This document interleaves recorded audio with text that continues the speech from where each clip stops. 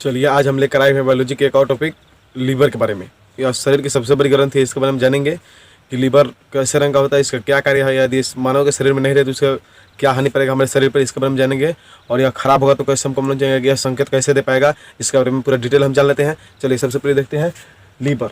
Liver को हम जिगर कहते हैं, उर्दू में जिगर, या इसको कलेजा के नाम से भी जानते हैं लोग, कितने लोग कलेजा भी कहते हैं, इसको तो उर्दू हम जिगर कहते हैं। ठीक है, तो यकृत को हम जिगर या लीवर के नाम से भी जानते हैं, इंग्लिश में लीवर इसको बोलते हैं। इसका भार करीबन 1.5 से 2 kg होता है, यानी लीवर का भार 1.5 kg का भी होता है और अपने शरीर के ऊपर होता है। यदि शरीर आदमी का भारी है, यानी किसी व्यक्ति का यदि शरीर भारी है तो उसका लीवर 2 kg का भी हो जाता है। और जो अधिकतर मनुष्य में जो लीवर होता है वो लगभग 1.5 kg का होता है।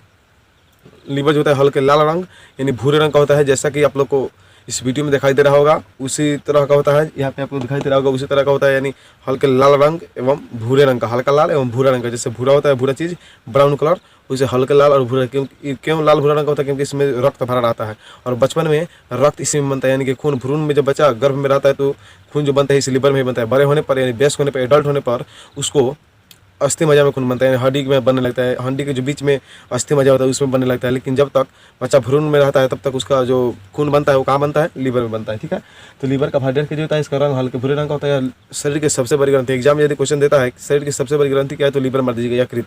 इसको क्या बोलते हैं हिंदी में? यकृत बोलते हैं। शरीर की सबसे बड़ी ग्रंथि है जिसको लीवर बोलते हैं। क्वेश्चन इससे बार बार पूछा है कि शरीर की सबसे बड़ी ग्रंथि क्या है तो लीवर।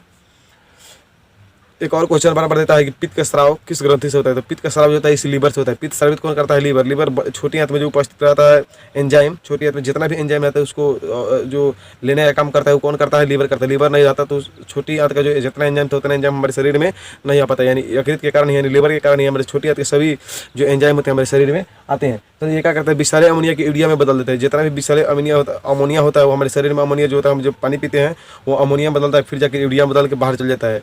जो हम लोग मूत्र के माध्यम से उसको बाहर निकाल देते हैं, वो किडनी उसको फिल्टर करके बाहर निकाल देती है। ठीक है, या उत्सर्जन की भी किडनी होती है। क्या होता है फिर वहाँ से बाहर निकालने के बाद फिर अमोनियम बदल जाता है जो बहुत बदबू देने लगता है। ठीक है, उसका जो रंग पीला होता है यूरोक्रोम के कारण होता है, वो हम अगले चैप्टर में पढ़ा देंगे। जब उसके बारे में इसका अगला चैप्टर बनाएंगे उत्सर्जन, उसके बारे में हम पढ़ा देंगे आप लोग को कि उसका जो रंग होता है यूरोक्रोम के कारण पीला होता है। चलिए, तो इसमें क्या होता है कि प्रोटीन की अधिकतम मात्रा को कार्बोहाइड्रेट में बदलता है। प्रोटीन की अधिकतम मात्रा, जैसे मान लिया हमने दाल खा लिया, दाल में प्रोटीन मिलता है या बहुत सारी चीज़ें जिसमें प्रोटीन मिलता है, तो हमारे शरीर में अधिक प्रोटीन हो गया और कार्बोहाइड्रेट की कमी हो रही है तो कार्बोहाइड्रेट को क्या करेगा? प्रोटीन को क्या करेगा? कार्बोहाइड्रेट में बदल देता है। कौन काम करता है? यकृत। क्वेश्चन देता है कि प्रोटीन को कार्बोहाइड्रेट में बदलने का कार्य कौन करता है तो यकृत करता है, यानी कि लीवर करता है। ठीक है, अगला कि रक्त में ग्लूकोज C6H12O6 ग्लूकोज का अनुसूत्र रहता है कि मात्रा को नियंत्रित करता है।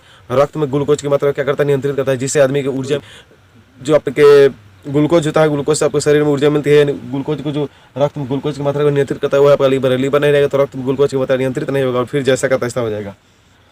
भोजन में वसा की कम होने पर कुछ कार्बोहाइड्रेट को बदल देता है। क्या होता है कि भोजन में जब वसा की कम होती है, जैसे कि अंडा खाने से हमको वसा मिलता है, घी खाने से 99% वसा मिलता है, वसा की जो कमी होती है वो क्या करता है? जो आपका लीवर है वो क्या करता है? वसा को कार्बोहाइड्रेट को वसा में बदलने का काम करता है। यदि हमारे शरीर में अधिक कार्बोहाइड्रेट है तो उसको वसा में बदल देगा। मान लीजिए कि हम अधिक कार्बोहाइड्रेट एक चीज़ को खा लिए और हमारे शरीर में वसा की कमी हो रहा है तो क्या करेगा? कार्बोहाइड्रेट को वसा में जनरेट कर देता है, यानी बदल देता है। ठीक है, परिवर्तित कर देता है।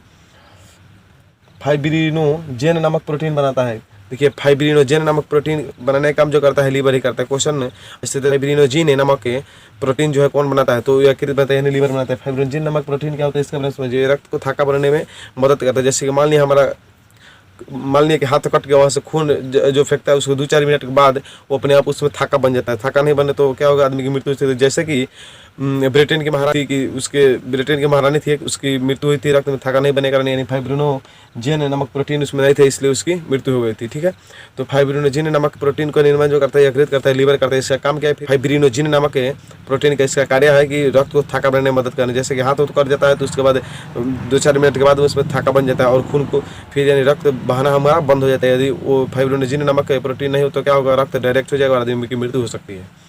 चलिए, हिपैरिन नामक प्रोटीन का उत्पादन हिपैरिन नामक प्रोटीन का उत्पादन करता है। हिपैरिन नामक प्रोटीन क्या होता है इसके बारे में समझिए। देखिए, हिपैरिन नामक प्रोटीन का जो उत्पादन है वो यकृत करता है, लीवर।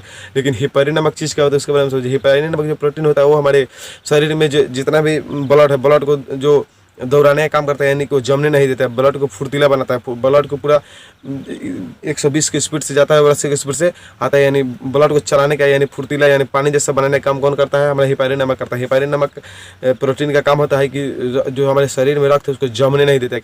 हिपारिन का क्या कार्य है? तो रक्त को शरीर में जमने नहीं देता है, या रक्त को शरीर में नहीं जमने देना किसके कारण होता है? हिपारिन नमक प्रोटीन के कारण होता है, जो कौन बनाता है? यकृत बनाता है, जो हमारा लीवर ही बनाता है।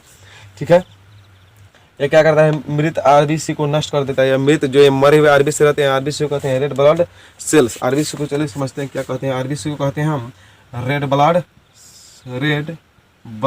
कार्पल्स। रेड ब्लड कार्पल्स क्या होते हैं? इसके जो जीवन काल होते हैं 120 दिन होते हैं। आरबीसी के जीवन काल 120 दिन होते हैं। इसकी संख्या जो होते हैं 5 मिलियन यानी कि 50 लाख होते हैं। ठीक है, इसका जीवन काल कितना दिन? 120 दिन। इसकी संख्या कितना होते हैं? 5 मिलियन यानी कि 50 लाख होते हैं। ठीक है, आरबीसी तो मरे हुए जितने भी आरबीसी रहते हैं 120 दिन के बाद हमारे शरीर में, प्रत्येक 120 दिन के बाद हमारे शरीर की जो जितना भी आरबीसी होते हैं मर जाते हैं। मर के जाके कहाँ होते हैं? लीवर में जमा हो जाते हैं। लीवर में क्या करता है? उसको मृत आरबीसी को नष्ट कर देता है, उसको गला पचा देता है, फिर से नए खून हम लोग को शरीर में बना देता है। यानी आरबीसी का जीवन काल कितना होता है? 120 दिन। मरे हुए जो आरबीसी होते हैं यानी कि रेड ब्लड कार्पल्स, उसका जो नष्ट करता है कौन करता है? यकृत करता है। ठीक है, चलिए अगला देखते हैं।